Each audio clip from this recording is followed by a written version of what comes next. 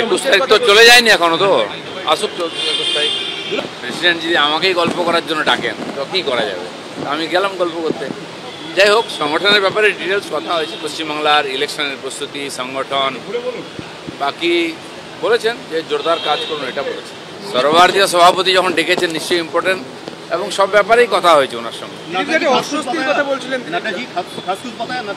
हाँ सभी खास था, प्रेसिडेंट तो खास ही बोलते हैं। नहीं সেই জন্য আমার মনে হলো যে আমি গেলে আমাকে কোথায় রাখা হবে সেটা ঠিক করতে পারছে না, সেই জন্য শেষে আমি ঠিক করেছিলাম যাবো না। তারপরে মাননীয় সভাপতি ডাকলেন, আমি দিল্লি চলে গেলাম। খড়গপুরে কি কোনো কর্মসূচি আছে? কোন কোন নেতা থাকবে? 21 তারিখে ওখানে একটা বড় সভা করার কথা হচ্ছে, জেলার থেকে সব কর্মীরা আসবেন।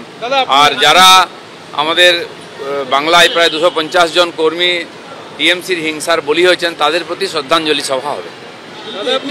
21 তারিখের কথা বলছিলেন, 21 তারিখে খড়গপুরে কার্যক্রম আছে।